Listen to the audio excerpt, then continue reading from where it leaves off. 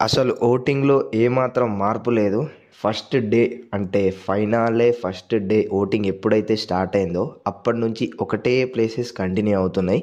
But ఇక్కడ ఒక చిన్న మార్పు అయితే వచ్చింది. ఏ మార్పులు లేవు, మళ్ళీ చిన్న మార్పు అని ఎందుకు అంటున్నాం అంటే, సో ఇక్కడ ప్రేరణకి, నబీల్‌కి ఒక చిన్న దగ్గరి ఓటింగ్‌తో ఆ పొజిషన్స్ అనేవి కొంచెం మారినాయి. సో ఎవరు ఏ పొజిషన్‌లో ఉన్నారు అనే దాని గురించి అయితే ఇప్పుడు మనం మాట్లాడుకుందాం.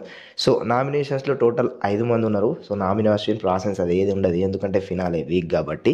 సో ఇప్పుడు ఎవరు ఏ పొజిషన్‌లో ఉన్నారు అనే దాని గురించి అయితే మనం మాట్లాడుకుందాం.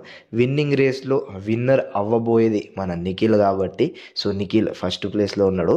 సెకండ్ ప్లేస్‌లో చూసుకున్నట్లయితే గౌతమ్ ఉన్నాడు. యాజ్ ఆఫ్ నౌ మళ్ళీ ఇంకా 2 డేస్‌లో ఎప్పుడు ఎలా ఏమైనా కావచ్చు. ఇంకా విన్నింగ్ ఎప్పుడైతే ఫినాలే ఉంటుందో అప్పుడు 2 గంటలు ఓటింగ్ కూడా స్టార్ట్ చేయొచ్చు అనే దాని గురించి అయితే బయట టాక్ నడుస్తుంది.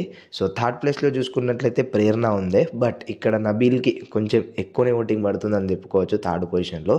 ఫోర్త్ పొజిషన్లో చూసుకున్నట్లయితే ప్రేరణ ఉంది. లాస్ట్ అండ్ ఫైనల్ పొజిషన్లో చూసుకున్నట్లయితే అవినాష్ అయితే ఉన్నాడు. సో ఇది టాప్ 5 ఓటింగ్ ఆర్డర్. 100% ఇదే ఓటింగ్ ఆర్డర్ అని చెప్పొచ్చు.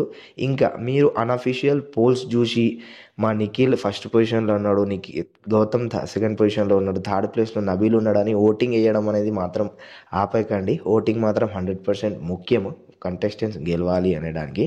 సో ఒక కంటెస్టెంట్స్ ఓడిపోతే మీరు ఓటు వేయకుండా మీ ఒక్క ఓటు కూడా ఒక చిన్న వాల్యుబుల్ అని చెప్పుకోవచ్చు. సో మీ ఫేవరెట్ కంటెస్టెంట్కి ఓటు వేయడం మాత్రం ఆపేయకండి.